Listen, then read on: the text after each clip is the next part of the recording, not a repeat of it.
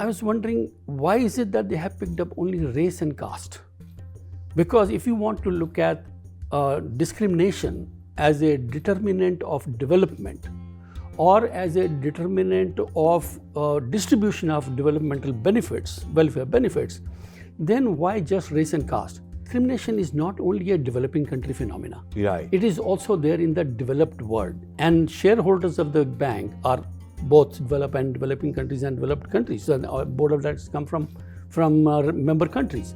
So therefore, if you look at the indigenous people in Canada, mass graves of indigenous children are still being discovered, right, for which the Pope had to go and apologize. Whether you look at the Native Americans in the US itself, where we are, they have been completely exterminated. Right. So what about Tibetans? Uyghurs in China, 1 million of them are interned. I'm delighted to be interviewing a very important guest, Mr. Mohinder Gulati. He's come from Washington, D.C. He used to be Chief Operating Officer at United Nations Sustainable Energy for All, and also at a different time advisor to the World Bank, and is now a consultant to the World Bank. And what got me very interested in his work is that I was presenting the book Snakes in the Ganga, and we have a discussion here about Equality Labs, which is going around talking about caste as racism and giving seminars and conferences all over Silicon Valley and various places. And then what I found out is that they have also entered World Bank and given those kind of seminars and the World Bank. So my first question is, how did this happen? Give us some background on how it came about. Did the World Bank approach them? Did they approach you? And how did you hear about it? The Equality Labs, all of a sudden, did you know about them before, or how did this whole thing come about? I don't know how this was, what was the trigger and how did they come to the bank, but what had happened was that it was during COVID period in November, December 2021. I saw an announcement on a speaker series and a training program called Caste and Development. It was by Equality Lab. I had never heard of them before. I didn't know what do they do. I did a little bit of research. But what happened was that it piqued my interest. And the World Bank is a very exciting, intellectually very exciting place. The staff are very passionate, very committed, and they are intellectually very curious. So therefore, at any point of time in the bank, you will see lots of people come for giving seminars and discussions and lectures and brown bag lunches and training programs on all kinds of topics. This was a topic which I was very interested in, because when I was studying in Delhi University, even though I was a student of physics, but I was very passionately involved in discussions, debates, understanding on the social issues, cultural issues, political issues, economic issues. And at that time also I felt that the economic disadvantage and the social stigmatization of caste was something horrible, and that needed to go, and society should eliminate that. So I was very passionate about the discrimination against people on the basis of caste or on the basis of some other issues. And even as a young student, a friend of mine and I, we used to go to the slums and teach there to these children, and we used to work with them. So therefore, I was very passionate about it. And when I saw this announcement, I said, wow, I want to understand what is the World Bank thinking about it? What is the World Bank planning to do about it? So that is why I signed up for this. And then I started doing a little more research. What intrigued me was that this announcement was by the Information Technology Department of the bank. We have vice presidencies in charge of different practices. So it was the IT vice presidency which had announced it, and not what would one expect, a social development vice presidency or the economic development practice to look into some of these issues. So that is what was intriguing. The second thing was that I was wondering, why is it that they have picked up only race and caste? Because if you want to look at discrimination as a determinant of development or as a determinant of distribution of developmental benefits, welfare benefits, then why just race and caste?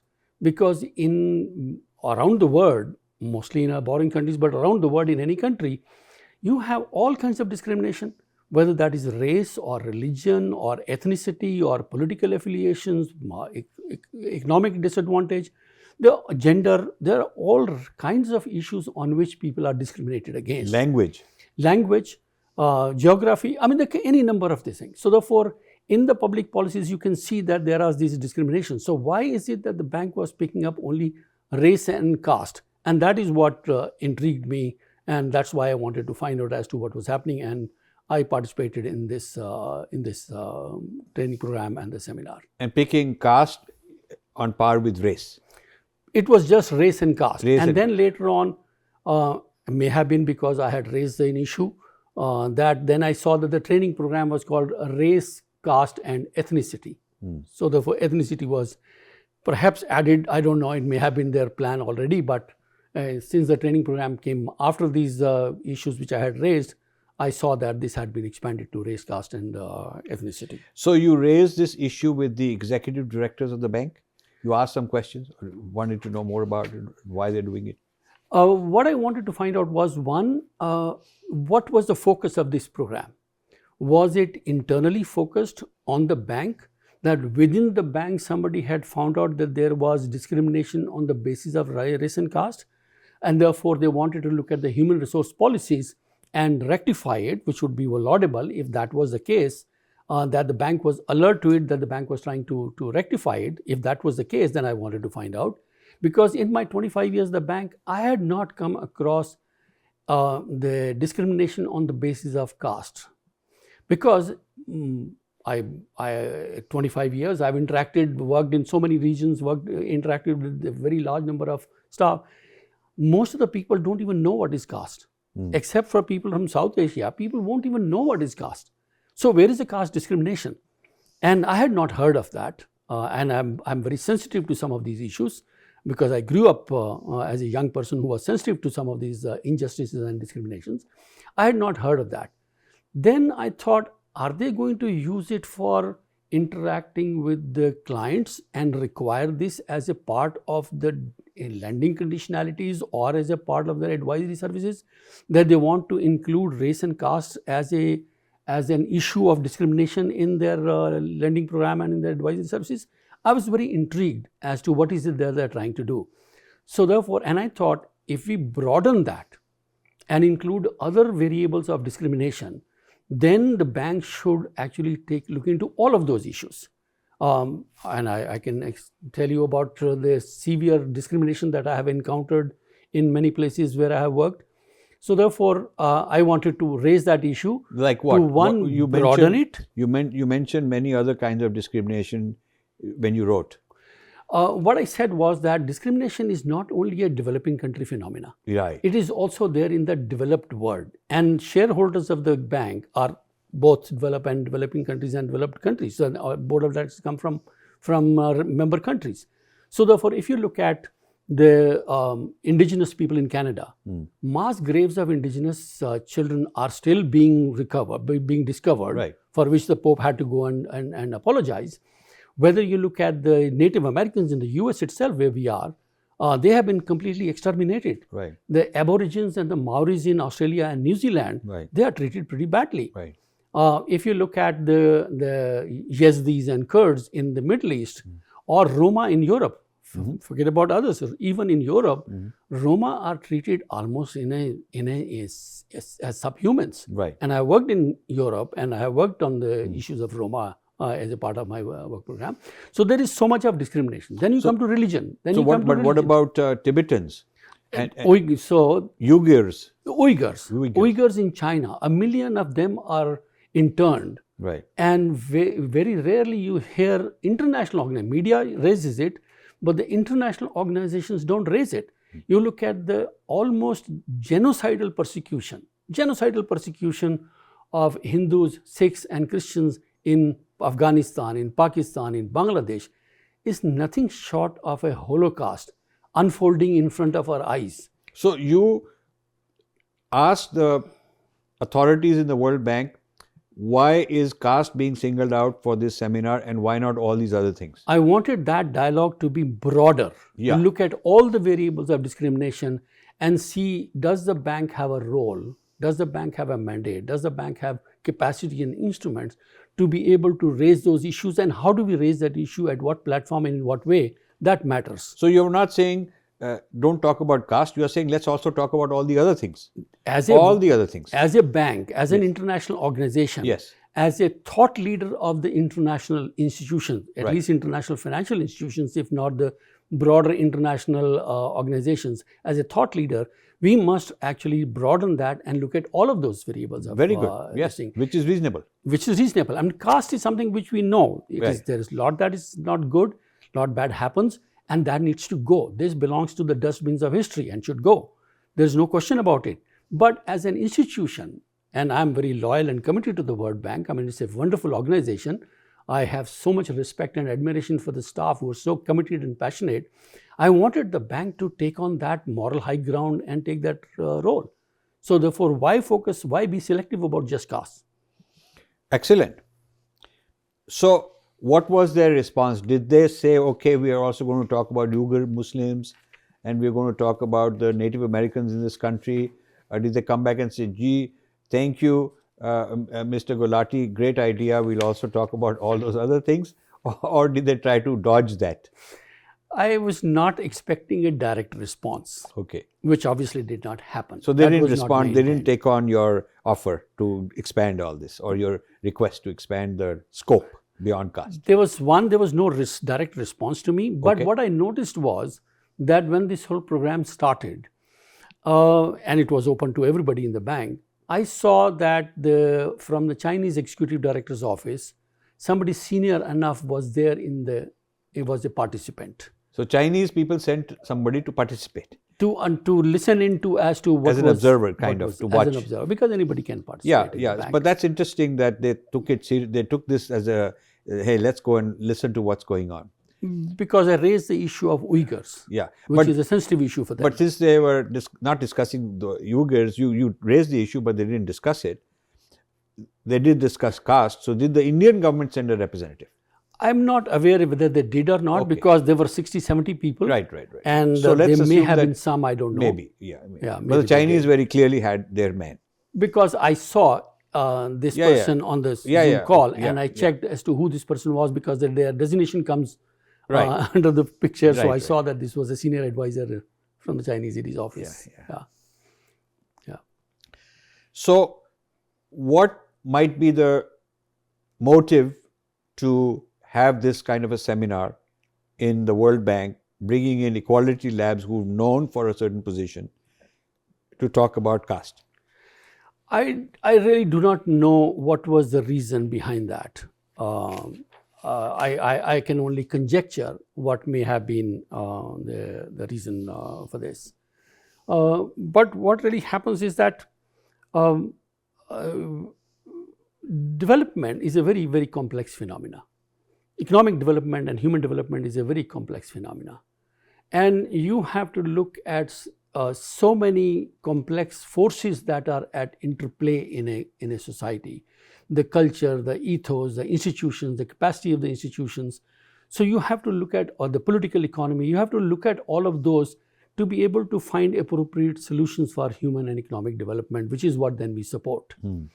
And it is hard enough for us to understand the issues which affect the economic and human development of a society. And we don't really have very good understanding beyond that. And it is therefore, in my mind, it is hard enough for us to understand those complexities. It is foolish of us to imagine that we can even understand the complexities of a society or the historical evolution of a society and understand those nuances and be able to design a policy, a social policy, which will then address some of those issues. So I was quite concerned because of that reason, and I have done this kind of reform work in not only in India but in many countries in the world, and I know how complex it can be.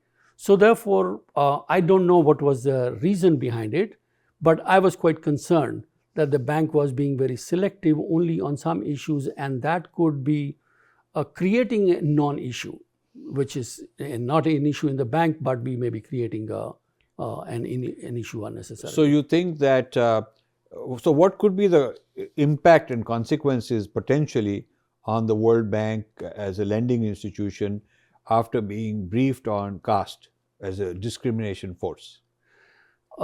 See, if it was something which was internally focused, and I couldn't figure out from the training program, Right. because they kept shuffling between the two. So it was kind of confusing. What was the focus? Was it internal or was it external?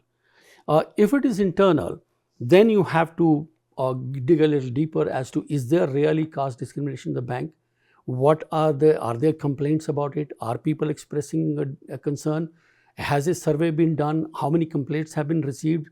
Are those complaints just some sporadic, or that represents a larger magnitude of the problem?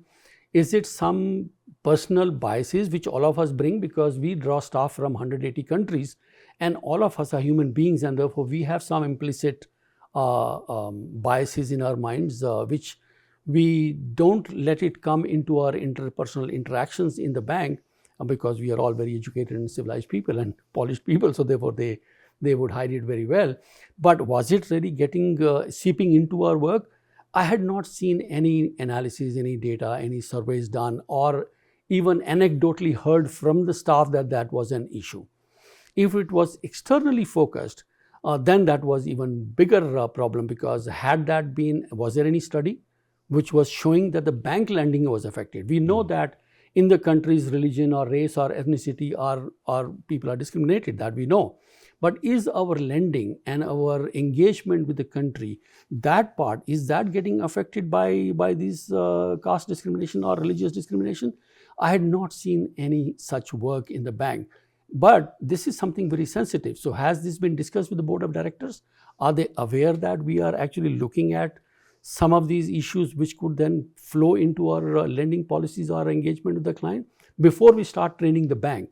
So therefore, the bank staff was being trained in something which to me was not based on some robust data analysis survey or felt need for that work. I had not noticed that. So I was quite surprised that they were carrying out this training program.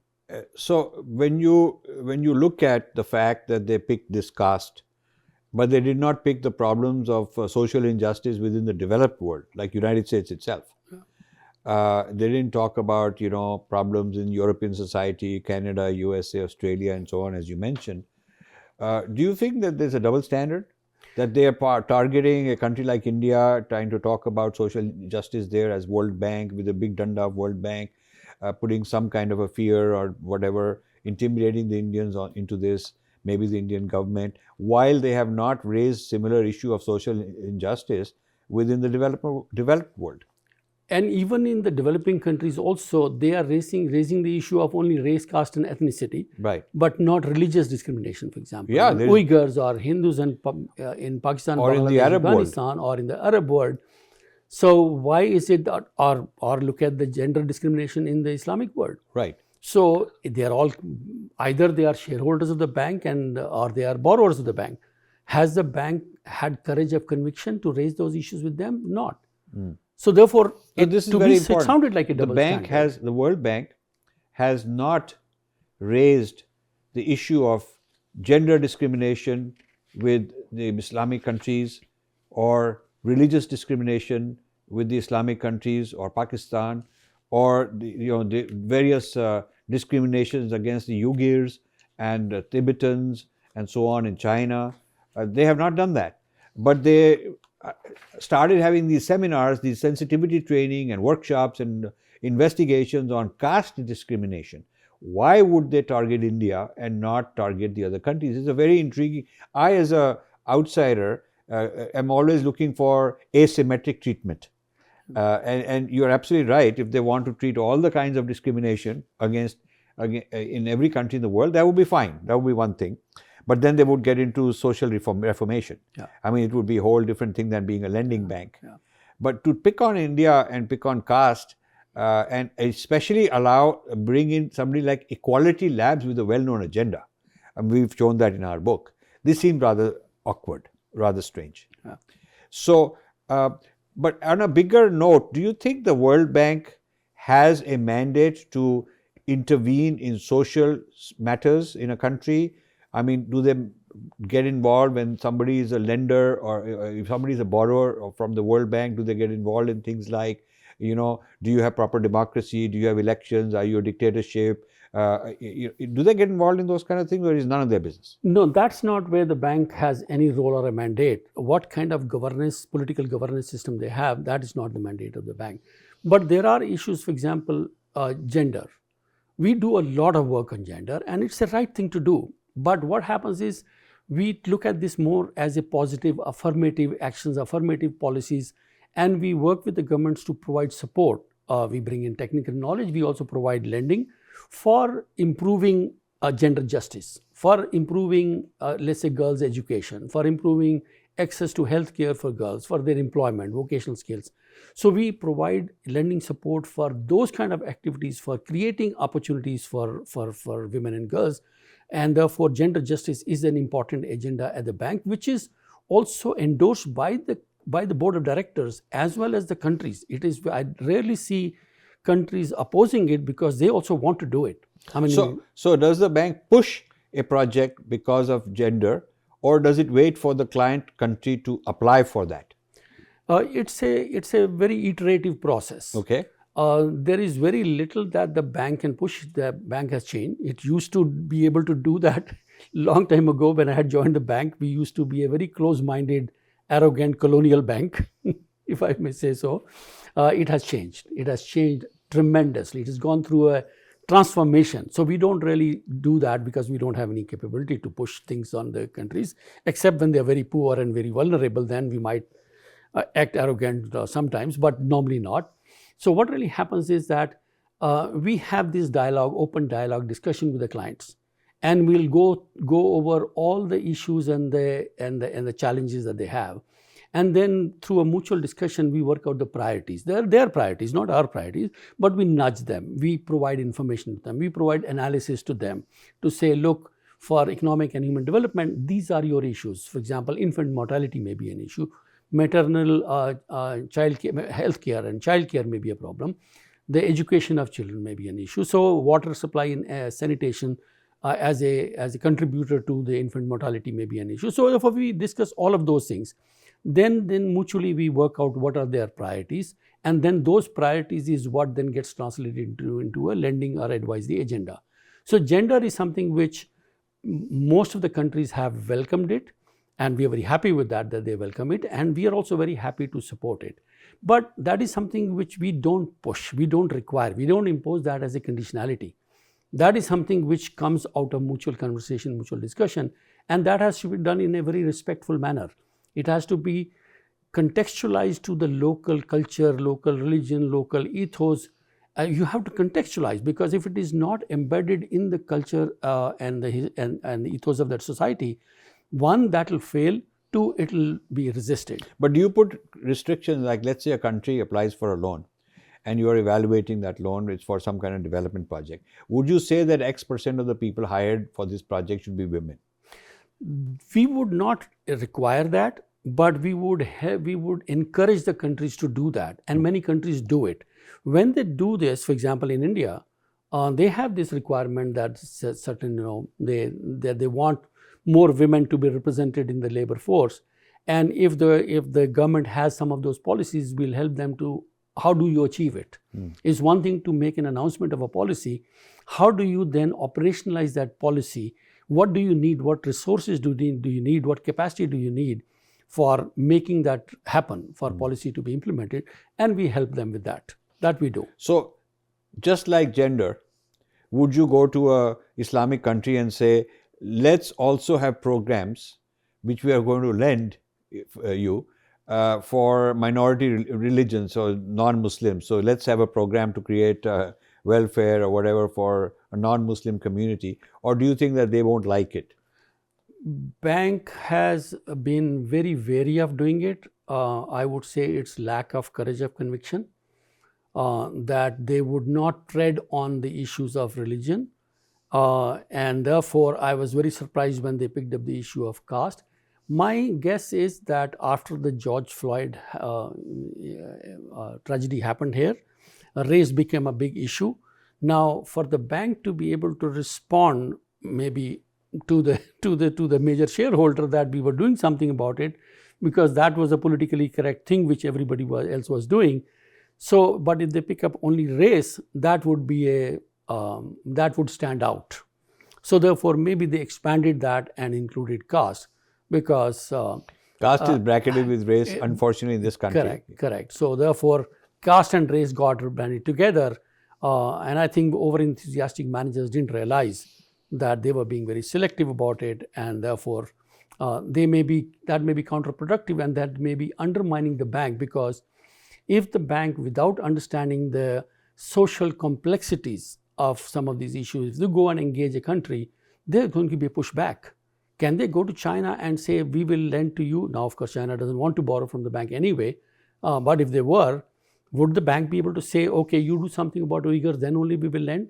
Will they go to Pakistan and say, you are causing a genocide almost of Hindus, Sikhs and Christians, unless you do something about it, we will not lend to you, or we will lend to you and put that as a condition? Will the bank do that? No, the bank doesn't do that. So therefore, I think this is what was intriguing and disappointing, because bank is a wonderful institution. We have done so much for development in the poor countries, and I've worked in so many, that we have to maintain, we have to be humble, we have to be respectful to the local context, and we have to work with the client and listen to the solutions that they come up with rather than imposing our solutions. So therefore, we have to be respectful of that. And I felt that on the issue of race and caste, bank was going way beyond its mandate, and was going to hurt itself. So, are among the these non approachable, off limits issues in a country, would you say that if the bank has doubts about the quality, about the transparency of the legal system, maybe it's a totalitarian system, or a lack of democracy, maybe it's a dictatorship, maybe the guy had a military coup and took over, so would the bank consider that as a factor in whether to lend to these people, or to a condition that, hey, you got to have more social justice? Or is the bank sort of like, look, if they're applying for a loan to build a dam or to build some project which will create jobs and bring electricity or something, we are not going to get involved with the internal matters of the country? Which way is it? In the bank's charter doesn't allow us to do that. It could be no interference. No, we can't, because as long as there's a legitimate government according to the laws of that country, then we will accept that, because we can't really say that you must have democracy or less autocracy, or there should be elections, or no, we can't really do that, because that's not our charter. We just want to see that the government is a legitimate government according to the laws of that country. The dictators might come and even change the law and say, no, this is my law, and therefore, if that is the law of the country, then we will accept it. So, friends, what I'm hearing is the World Bank won't mess with the internal matters of a country, even if it's a dictatorship, even if they are religious bias and they are, persecuting Hindus, even if they are, minorities of various kinds are being persecuted. They don't want to mess with it. They're saying we're a foreign entity. We're only in the business of lending money for development purposes. We're not bringing in danda of human rights and trying to judge you on that or put conditions and so forth.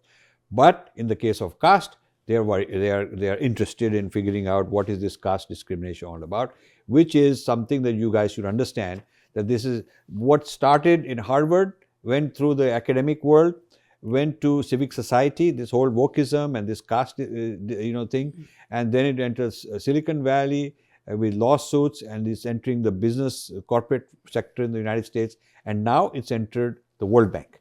This should be a matter of concern. Yeah, I mean, I would say it may or may not result into formal policies, which I doubt it would, but there are subtle ways in which you can influence. For example, if you have a training program for the staff, you are kind of embedding that in their mind, that this is an issue that they should keep in view when they are designing their work program or the plans or the projects or programs. Also, what happens is that there are other subtle ways of influencing it.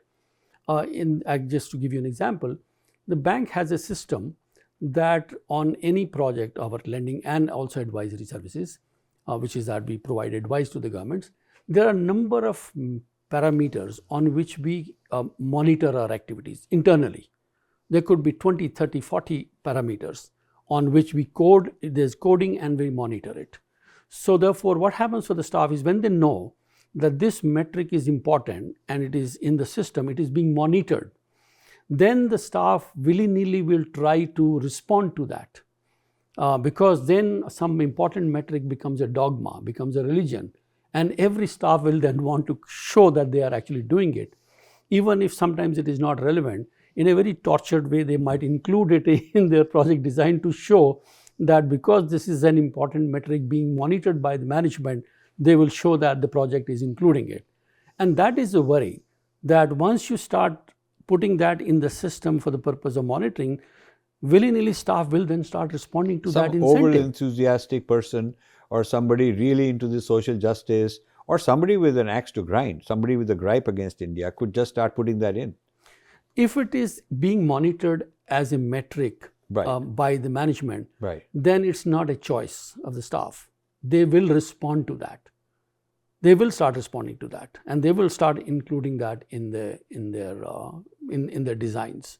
So that was a worry, because you can sometimes do that in very subtle ways. Even if it's not a formal policy, you can influence that in very subtle ways. I know one person in another situation similar in New York, and he works for a very big financial institution, and they are managing their outsourcing group in India. They have tens of thousands of software people in India working for this American bank, and he goes and monitors and evaluates. And he told me that one of the things he's written is that this is all Brahmin control and not enough Dalits. So I said, how did you figure that out? He said, I went to dinner with some people, they wanted to talk to me and they lobbied. So he got into this business and he's been influenced. And so this is part of his pet peeve and his sort of personal, evangelism, that he wants to take this on. But this is not a policy of the bank, but this is him wanting to do this. So you could have situations like that there is an individual who has this kind of a view? That could happen. And sometimes what happens is that even though it's not really, it's all very just anecdotal, there is not enough evidence to show that this is a systemic problem, and therefore requires a policy to be formulated for addressing that systemic issue. But individuals are very passionate, and sometimes they pick up a pet peeve and then they start working around it. Sometimes these are good issues. I would not say that everything is negative. Sometimes there are good issues. For example, I had one colleague who was dead against smoking, and she was in charge as a country manager of a country where smoking was very rampant, which was causing a lot of health problems. And therefore she said, why are we working on health issues when we are not addressing the root cause, which is the smoking? There's such widespread smoking. Also because people were stressed, it was a post-conflict situation in that country, and because of the stress, people were smoking even more than they used to customarily. So she started a program against smoking. So it's not in the bank, but you can expand that and say it's a part of the health problem. And we all admired, appreciated, the client also admired and appreciated, and she just went hammer and tongs against smoking. So sometimes there can be good issues. Child malnutrition, for example, I was in charge of a project, a very large $1.4 billion project in Laos. And that's another story of our interaction with a small poor country and how there is a backlash against the way we behave. That's a different story. But child malnutrition, for example, was a big issue. And in my project, we made sure that we addressed that problem, because these people who were affected by the project, adversely affected, they were shifted, resettled in different another place, relocated and resettled, and we were providing all the infrastructure, healthcare, education, all of that, income generating activities. Malnutrition was a big issue, and so one of our social development specialists, she was so passionate about it, and every time she would shout at me, "You are spending $1.4 billion on this project. You can't spend a few $1,000s on these children." And I said, it's not the money. Let us find out. So we had a doctor, Australian doctor, who was a public health specialist. So he was in charge, and he dug deeper, and we did a diagnostic study of what was the reason. And we found out it was not the financial issue. It was not lack of nutrition available. It was just the practices or lack of knowledge for the mothers and the social customs, because of which there was malnutrition, that the mothers would feed the child only when the child cries. Otherwise, the child is just playing around, and also the food that they gave was not balanced nutrition. Sometimes they would not take care of the water, clean water, or not boil the milk and things like that, which was nothing to do with lack of resources. But then we figured out, and then we tried to address it. So yes, it can happen that people pick up something and that's their pet peeve. But when you have a more sensitive issue and it is systemic, that is when the problem is that when you extrapolate a pet peeve to a systemic issue, you start presenting that as a systemic issue, even though it's only anecdotal. That's the risk, that's the danger. How concerned are you that this thing could spread to, or has it already spread to, other multilateral organizations? I have not seen it so far that it has spread, but the risk is, World Bank is a thought leader among the international financial institutions. Yes.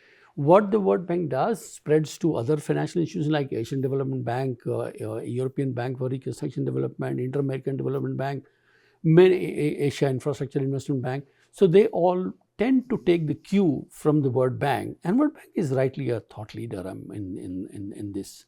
So what happens is that then starts spreading into other multilaterals and bilaterals. Right.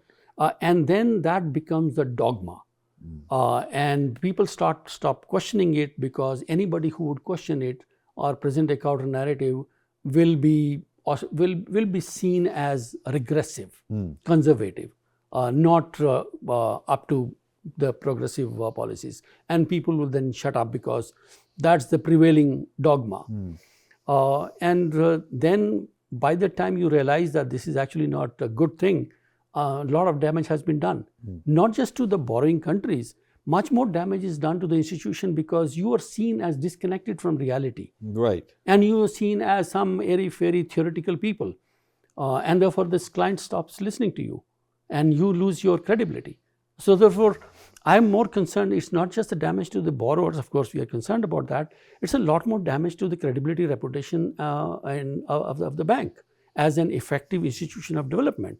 That's our main mission, to eliminate poverty and to spread shared prosperity. That is what we want to do. So we will be diminishing our effectiveness in achieving that result or achieving that goal or fulfilling our mission by distracting ourselves into extraneous things because of the over enthusiasm of some manager who may have a pet peeve.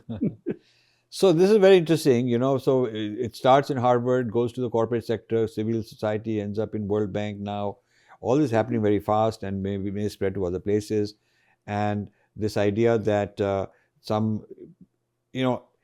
Equality Labs is a real problem for me. Now, if they had called Inequality Labs and they had said, we'll also bring in a contrarian view, I mean, us or somebody else with a contrarian view would come and give the World Bank people both sides and give them Equality Labs views, which we think is very extreme and based on false data about the whole system, about the whole situation, and give a contrarian view saying this is correct, this is not correct. We are also interested in social justice, but we don't want to use false data to make our case. I think that would have been better. But do they ever have situations where they'll bring a subject matter expert and a debating opponent? On this issue, I have not seen that. Okay. Even though in the bank, no subject is taboo, no speaker is taboo. We are a half university, half bank. So it's a very intellectually very stimulating place. So we see a lot of people pass through and talk about all kinds of issues. On this particular issue, I have not seen that debate or a counterpoint being presented. But the word labs is very interesting. Because there is also another lab with whom I have worked closely, which is called Jameel Poverty Action Lab. In MIT. In MIT. Yes, and we have discussed that in our book, Snakes in the Ganga. So I have done quite a bit of work with them in India program, and they have spread throughout in many states in the country, because they have the stamp and imprimatur of MIT and Yale and Chicago, and they draw people from all of these. And the moment you put a word lab, my mind immediately goes, okay, so you are a lab. Who's your guinea pig? Right. Am I? So are we the guinea pigs of your lab? Sure. So that's great. I'm glad you raised this issue.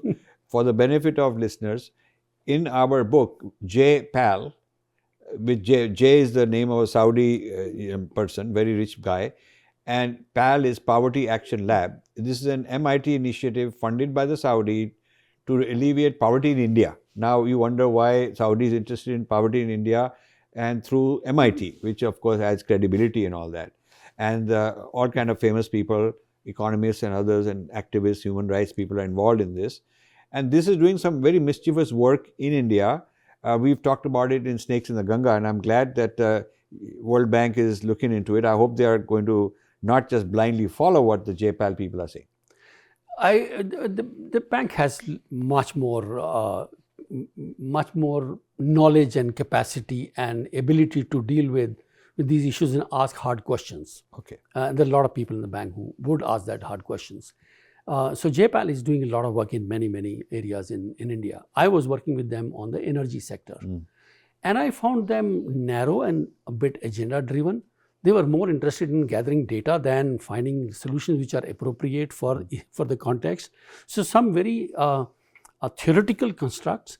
And there was one project where we worked very closely, and I said, this is very theoretical. That's not going to work. And it's also not very respectful. So therefore, that we, and I said, if that is the case, then we would not work with you on that project. Fortunately, in the World Bank, I was able to persuade people saying that this is actually not the right way to do it, right thing to do, it would not work. So we pulled out of that. They went ahead, they failed. Then we went to another state where it was again my idea that we wanted to implement, and the state said, yes, the Chief Minister said, it's a good idea, we would like to implement. And this was on the energy, water, agriculture nexus, the link between the three. And then having failed in one state, they then joined me in that state. They said, no, we'll follow your design. We had also learned, it's not that we are the repository of all knowledge. So therefore, I said, let's do a learning by doing pilot instead of saying, here is the policy, here is the instrument. So we said, let's do a learning by doing pilot. We do that, and then we see how things work. We learn from it. We recalibrate. We again take the next step. Again, we learn and we recalibrate. But we learn and recalibrate together with the stakeholders who are implementing it, with the government agencies who are involved in the process, policy makers like the Chief Minister and the World Bank, and you, all of us, let's work together and be humble about it. I have done this reform and restructuring of power sector in India. I was very deeply involved in designing the whole power sector reform in India, and then I have done it in many countries. One lesson I have learned is be humble. When you are trying to do some reforms, be very humble about it, be very gradual, be mindful of the local context, be respectful of the local ethos, and design the solution with them. If they own the solution, it'll work. If they don't own the solution, it'll not work. So that's what happened. That then we changed it, and well, fortunately, I have to say it worked. Very good. On that positive note, we will conclude. And I would love to talk more about any further developments that Equality Labs and their caste interventions in World Bank, anything else, we'll have you back. And thank you so much for your time. It was a pleasure. Real pleasure. So I hope you learned something. And so our book is opening up many things, many stories. And we're talking about billionaires funding Harvard. We're talking about, all these only they are people, all the stuff they're doing, gathering data, big data in India. We're talking about the attack on IITs. And now some of this stuff has also entered the World Bank. Thank you very much for listening.